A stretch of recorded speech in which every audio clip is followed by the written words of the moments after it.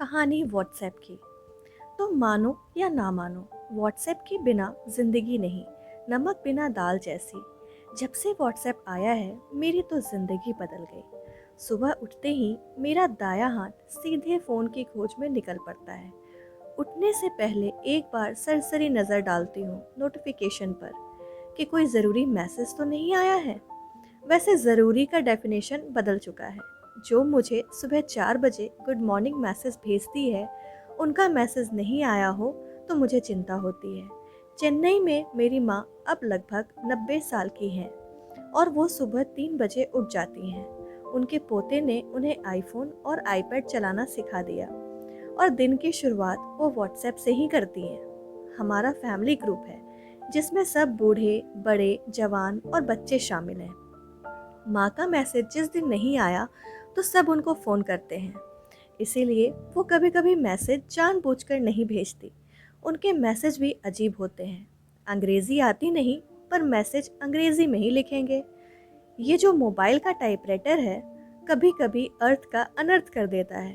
एक बार तो हद ही हो गई, सेव की जगह रेप टाइप हो गया। साथ में माँ फ़ोन में जितने इमोजी होते हैं सबको आजमा लेती हैं। खास तौर पर से उन्हें फूल पसंद है और शिकायत है कि मोगरे का इमोजी नहीं मिला। व्हाट्सएप ग्रुप के बारे में कई किस्से कहानियाँ हैं। हमारा एक ग्रुप है स्कूल फ्रेंड्स का और उसमें करीब 50 दोस्त हैं। प्रॉब्लम ये है कि इनमें से आधे लोग बातूनी हैं जो हर वक्त कुछ न कुछ पूछते या बोलते रहते हैं। कुछ मेरे जैसे लोग फॉरवर्ड ही करते रहते हैं और कुछ केवल सुनते या पढ़ते हैं, बोलते नहीं। कई बार कंफ्यूजन हो जाता है कि कौन क्या बोल रहा है और जवाब किस सवाल के लिए था। आधे लोग मैसेज ठीक से पढ़ते भी नहीं और जवाब लिख देते हैं। एक दोस्त की बहन की डेथ हो गई और उसका मैसेज आया। उसी दिन एक और दोस्त का जन्मदिन था और लोग बधाई दे रहे थे। किसी ने मैसेज गलत समझ लिया और जिसकी बहन की डेथ हुई उसे बधाई संदेश भेज दिया और दूसरे को शोक संदेश।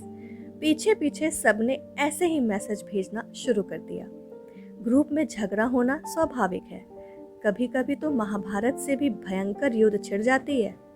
एक बार तो ग्रुप में दो लोगों के बीच मोदी और राहुल गांधी को लेकर खून खराबा हो गया। कुछ लोगों ने रोकने की कोशिश की तो बात गाली गलौज पर आ गई। पुराने किस्से और जख्म खुल गए। फिर क्या, दिन भर महामारी। उस दिन मैसेज का रिकॉर्ड टूटा। हजारों मैसेज ओलों की तरह फ़ोन से बरसने लगे कि मजबूरन मुझे फ़ोन स्विच ऑफ करना पड़ा। बाद में पता चला कि 10 दोस्तों ने ग्रुप एग्जिट कर दिया और 5 को एडमिन ने निकाल दिया। ये तो दास्तान दोस्तों की थी, पर फैमिली ग्रुप में भी खूब पॉलिटिक्स होता है।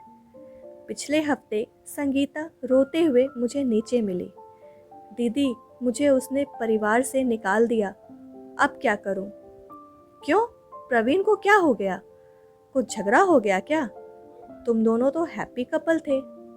प्रवीण ने नहीं दीदी, सुरेश ने। सुरेश? पर वो तो तेरा भाई है, वो घर से कैसे निकाल सकता है तुझे? दीदी, आप भी ना, घर से नहीं, व्हाट्सएप ग्रुप से मेरे भाई ने मुझे निकाल दिया। ओह, तुम्हारे मायके वाली ग्रुप? क्यों? दीदी, आप तो जानती हो मैं किसी ग्रुप में कुछ नहीं बोलती, घर के ग्रुप में भी नहीं। पर कोई लगातार उल्टी सीधी बात करे और मुझे नीचा दिखाए तो कब तक मैं चुप रह सकती हूँ? बस मैंने जैसे ही जवाब दिया तो उसने मुझे ग्रुप से निकाल दिया। अरे, और भी लोग हैं ना ग्रुप में, तुम्हारे माता पिता भी तो हैं। किसी ने कुछ कहा नहीं? किसी ने कुछ नहीं बोला दीदी। मैंने भाई को फ़ोन किया तो वो उठाता नहीं। मम्मी सुरेश का ही साइड ले रही हैं और कहती हैं माफ़ी मांगो। पिताजी ने साफ कह दिया कि भाई बहन के झगड़े में वो पड़ेंगे नहीं। बड़ी दीदी कहती है मैं लंदन से क्या कर सकती हूँ, मुझे तो कुछ समझ नहीं आ रहा है कि झगड़ा किस बात का है। सोचो दीदी, ग्रुप में बच्चे हैं, क्या सोचेंगे? मेरी तो बुरी तरह से बेइज्जती हो गई। ये तो हाल है घर का। वैसे घर के कुछ ऐसे सदस्य भी होते हैं जो बोलते कुछ नहीं पर कलेश ज़रूर फैलाते हैं। अब रीना को ही ले लो। हम लोगों की किटी में उसने बताया कि उसने अपने फैमिली ग्रुप तोड़ दिया और बहुत खुश हो रही थी।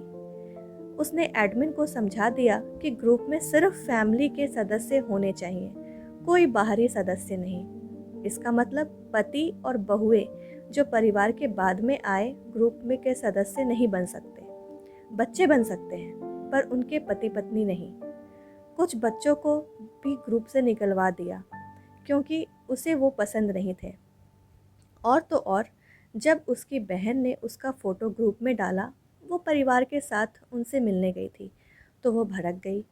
जब उसको पूछा कि अगर ग्रुप इतना ही ख़राब है तो क्यों ग्रुप में हो, तो उसने कहा मैं क्यों जाऊँ, मेरा हक बनता है, मुझे हटाकर तो दिखाओ। आखिरकार एडमिन ने ग्रुप ही बंद कर दिया। भाई, मैंने तो सोचा था कि व्हाट्सएप से भाईचारा और प्यार बढ़ेगा, पर शायद हम इंसान लोग इसे ठीक से नहीं समझ पाए। लगता है झगड़े और गलतफहमियां हमारे खून में हैं। ना चैन से रह सकते हैं और ना चैन से किसी को रहने देंगे। दोस्तों, आपके भी व्हाट्सएप ग्रुप में कुछ ऐसी ही मज़ेदार कहानियाँ होंगी, हमारे साथ ज़रूर शेयर करें। ये वीडियो अगर अच्छी लगी हो तो लाइक, शेयर और चैनल को सब्सक्राइब करना ना भूलें। वीडियो को पूरा देखने के लिए आपका बहुत बहुत धन्यवाद।